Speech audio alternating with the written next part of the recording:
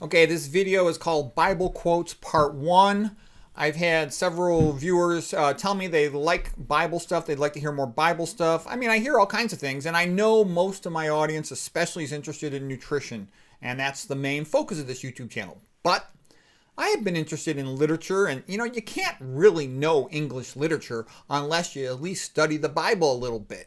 It's the foundation of English literature, okay? In Greek culture, you have to know something about the Greeks if you want to understand English literature. So anyways, a couple quotes here from the Bible, and also you'd be amazed how much this will tie into other things you know about and care about. Okay, so first of all, a quote from Northrop Frye. He's a real famous Bible scholar, and he wrote like one of the best books ever about understanding the Bible. So here's a quote from him. To grow up in ignorance of what is in the Bible or Homer is as crippling to the imagination as being deprived of the multiplication table. The Bible is the archetype of Western culture. The Bible provides the basis for most of our art, for Dante, Milton, Michelangelo, Raphael, Bach, the great cathedrals, and so on. Northrop Frye. Okay, that's true. And like I said, too, I remember when I was a kid, I wanted to be like my dad. He read a lot, and we would watch the BBC English movies about all the famous English novels, Tests of the D'Urbervilles and all that stuff. And I think it helped my vocabulary doing that stuff and talking to my dad about it, but I really didn't understand it. Now that I look back, I missed all the biblical references when I was real young, and later on I missed all the emotional references. It was only after I had done some more extensive reading that all that stuff made sense to me, and just lived life a little bit. Okay, so now about the vegan diet. Let's go to Genesis. Genesis 1:29 here. Then God said, Behold, I have given you every plant yielding seed which is upon the face of all the earth, and every tree which has fruit, it shall be food for you. Genesis 1:29 recommends the vegan diet. Okay, now we're going to look at Exodus 15:26. And here's a quote about, eat the vegan diet, it'll keep you healthy. You ready? And God said, If thou wilt hearken to the voice of the Lord thy God, and will hear his commandments, give ear to his commandments, I will put none of these diseases upon thee, which I have brought upon the Egyptians. That's what it says in the Bible. And I interpose the word there, low-carb paleos. For I am the Lord God who heals you. Okay, so that's the deal. Eat the Genesis diet. We don't get this. And I'm extrapolating a little bit for fun, but there's still a point to be made. All right, and then here's a quote from Mark 2:17. Them that are whole have no need of physicians. So if you eat a whole food diet, you don't need a doc. I'm going to get into more than all these little vegan kind of comments and jokes, but there's a story of Daniel. Daniel's men were in captivity, and they were offered meat to eat, and they said, no, we prefer to eat plant foods. And they thought, well, that makes you weak. And they said, no, just let us compare ourselves to your own men who don't eat the plant foods, and we'll see how we're doing in 10 days. So here it is from the Bible. Then Daniel said to his steward, I beseech thee, 10 days, and let them give us vegetables to eat and water to drink. Then let our appearances be compared to the men who eat meat. So the king's servant gave them 10 days. And at the end of 10 days, Daniel's men had a healthier countenance than those who ate meat. From Daniel, book of Daniel 1, verses 12 to 15. And you can just see that obviously. I mean, the classic obvious example is take a look at the Tarahumara in northern Mexico. They're world famous ultramarathon runners. And then their previously joined population, the Pima Indians, who subsequently were sort of pulled into Arizona after the Mexican-American War in 1848. They eat a westernized, high-fat diet. They're all fat and sick, and they have obesity, diabetes, all that stuff off the charts, gallbladder disease, cholecystitis. Okay, next quote from Romans 12:2. Do not be conformed to this world, but be transformed by the renewing of your mind. Then you will be able to know what is good. Okay, and so what I get from that is think about humans having the physiology of a herbivore in terms of our diet. We're designed to eat plant foods. And the relevance here is I actually think our brains are designed to be like herbivores. And what I mean by that is a herbivore is safest when he stays in the middle of the pack. And that's kind of how most people think. They extrapolate social thinking to nutrition and health thinking, which is an incredibly big mistake. And so what I'm saying here is it's not normal for a person to be nonconformist, to be an individualist, to be a thinker on their own, and to be skeptical in general. But if you want to be well informed, especially in the modern world where there's so much contradictory and conflicting information, you really have to put some effort into sorting things out. And, there's a lot of things in life you can just turf to somebody else. Like if my toilet breaks, I know a guy who's a good plumber, he could fix the toilet, okay? But you can't turf out at least a basic understanding of nutrition because your whole health depends on it. And most disease is caused by nutrition and a little bit of toxicology.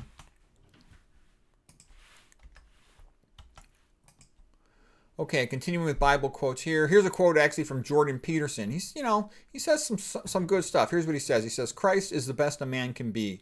His story is the greatest tragedy ever. He was the best person, completely innocent, and the worst thing happened to him. So that's the ultimate tragedy. Okay, Ben Stein, he made that funny movie about evolution. He's a really brilliant guy. And here's what he has to say. Love of God and compassion and empathy leads you to a glorious place. Science, and I included without God, leads you to killing people. And so what that's about is, and there's some truth in that, what I've seen is when these universities get rid of God and become completely atheistic, they lose all their morals. All they care about is making money. And, the classic example is, Harvard psychiatrists giving children medicines, which there's tons of data to suggest is bad for those kids. So it's like making drug money off of, harming kids. It's an awful thing. And that happens at our Ivy League universities. Okay, so here's a quote from T.S. Eliot. T.S. Eliot was much more Catholic than people realize. Here's what he says. If you will not have God, and he is a jealous God, then you should pay your respects to Stalin. That's right, because if there is no God, then whoever is the secular ruler becomes God. They have ultimate authority over everything, and there is no outside appeal. And, most people, they kind of grow up, a lot of people grow up without religion, and a lot of young people too. I feel kind of sorry for them. They don't know any history. They don't know any religion, so they're sort of ahistorical, and they're not grounded in any religious thought. And the worst off ones are the ones that grew up in America and don't know anything else. I've seen at least if a person grew up in another country or is strongly schooled in another culture, they've got some perspectives. But if they only have an American upbringing in public schools, it's like they don't know anything. They don't know history. They don't know culture. They don't know religion. And they just basically just accept whatever they're told. So that's not good. Now, here's the words of Joseph Stalin. Okay, Stalin lived from 1879 to 1953. Just how he viewed things. The Communist Party cannot be neutral toward religion. The Communist Party stands for science, and all religion is opposed to science. And that's one of the points I meant. The word science gets way too much respect. Most of the stuff I've seen that calls itself science is just, dishonesty. It's just advertisement or lies. And so one has to be real careful what you accept as being scientifically proven, because there's a tremendous amount of stuff that's just BS. And usually when something's BS, it really can't support itself. It has to be forced upon a person. Now, here is a quote from Nikita Khrushchev. He's the guy who took over after Stalin died. He said, "We have no use for the policy of the Gospels. If someone slaps you, just turn the other cheek. No, we had shown that anyone who slapped us on our cheek would get his head kicked off." That is Nikita Khrushchev. So, you want to talk about tolerance. I'm just showing you. These are the words coming right out of the leaders of the Soviet Union communism, okay? Not very friendly. All right, here's a quote from "Where the Spirit of the Lord is, there is freedom," from 2 Corinthians 2:17. And I actually think one of the good things about Christianity is it has a sense of humor. You could joke about Christianity, and it's not that big of a deal. Like, for example, I was raised by two Catholic parents. I think the modern Pope is a joke. He stinks, okay? What's he going to do to me? Nothing, all right? So that's a good thing about a religion. It lets you talk. Here's a quote from Matthew 12, verses 25 to 27. And this is a big one. See if you can catch the implications of this one. "If a kingdom is divided against itself, it cannot stand. If a house is divided against itself, it cannot stand. No one can enter a strong man's house to steal his possessions, unless he first ties up the strong man. Then he can plunder his house." Matthew 12, verse 25 to 27. And I think that's a really important quote. Because when I look around, I'm in my late 50s now. I see a big, giant change in America. it used to be, growing up, you wanted to be a macho man. I mean, the big fighter was Macho Camacho, all right, on TV. The male Hollywood heroes were macho men. Sylvester Stallone, Charlton Heston, Clint Eastwood. Typical TV show was Father Knows Best, or, Chuck Connor's The Rifleman. We wanted to be football players and wrestlers. Bruce Lee was awesome. There was this sort of macho thing about guys, and it was just normal. It was typical, I would never wear jewelry when I was a kid, because I was all afraid if I ever got in a fight, you could get hurt by it if you had a necklace on or anything else. Also because I was a wrestler, I got to go to practice after school. But I mean, it was kind of a macho, tough environment. And what I've seen is now it's almost like this large-scale feminization of society. For example, if you look at tap water, you'd be amazed. Study tap water for a while and just study estrogenics in tap water. You'll be amazed how much estrogenic chemicals are in the tap water. If you study cosmetics, you will be amazed, because I study toxicology and water a lot, and amazed. It's just normal. You can expect, without even checking, any cosmetic is probably going to have estrogenic preservatives in it. Look at deodorant, tons of estrogen in there. Okay, look at processed food. It's loaded with estrogen. Typical thing is subsidized corn. Well, gee, guess what? It's atrazine is sprayed on that. That's what turns male frogs into female frogs. Look at the soy. It's estrogenic in and of itself, plus it's also routinely sprayed with estrogenic herbicides, okay? And that's, like I said, I know women who will tell me every single woman in their family had to get a hysterectomy at a young age.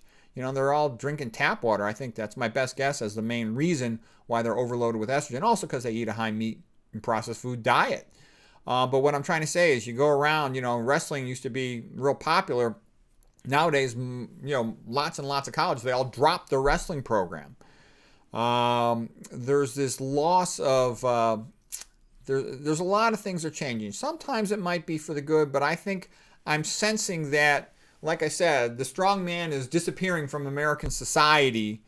And, where is that all leading to? I don't think it's leading to anywhere good. I think people who think it is are starting to realize it's not. Here's another quote. This one is from Matthew 10:32. Whosoever shall speak for me before men, him I will speak for before my Father in heaven. And the gist of it being is, like I said, one of the most classic things. If you only learn one thing from the Bible, like the Old Testament, there's tons of valuable knowledge that comes from it. But one of the most basic things you'll see is when a society turns its back on religion, that society gets put into captivity, okay? It gets enslaved. That's a pretty obvious thing if you've studied history. What does the word religion mean? Relegare, to ligate, to tie. Like a ligation is a ligature, that's a suture in surgery. But it also means to tie together a population, to unify a population.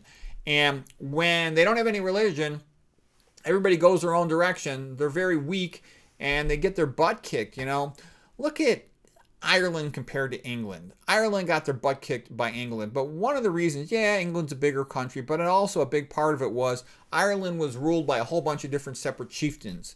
And once one other country comes in with a national army force, they just kick the butt off a country that's divided into a bunch of little principalities, Italy had some of the same problems during the Renaissance, for example, when it had all these different city-states. If a national force like France would come in there or Spain, there wouldn't be a whole lot they could do. Look at when Charles V sacked Rome, okay, after Luther. Okay, that's a whole other story. I'm getting sidetracked here. But I do think I'm making a point. When a society loses religion, it basically splinters and goes in a whole bunch of different directions, falls apart, and it sort of disappears. That's history. That's well known in history. And you can see that from looking at the paintings of Thomas Cole. The Course of Civilization paintings are beautiful. I actually have a video about them, but you can just look them up pretty easy. Course of Civilization, Thomas Cole, magnificent series of paintings. You can look up the Giambattista Vico and his theories on the Course of Civilization. It's the same thing. They come out initially brave and strong and hardworking. They gradually kind of become decadent, and they lose their faith, lose their religion, and then they disappear. Okay, so where's that all leading to? That's a whole other topic. We're not going to get into all that right now, but it's certainly a less free place than it used to be. Here's a quote from 2 Timothy. I have fought the good fight. I have finished the race. I have kept the faith. Okay.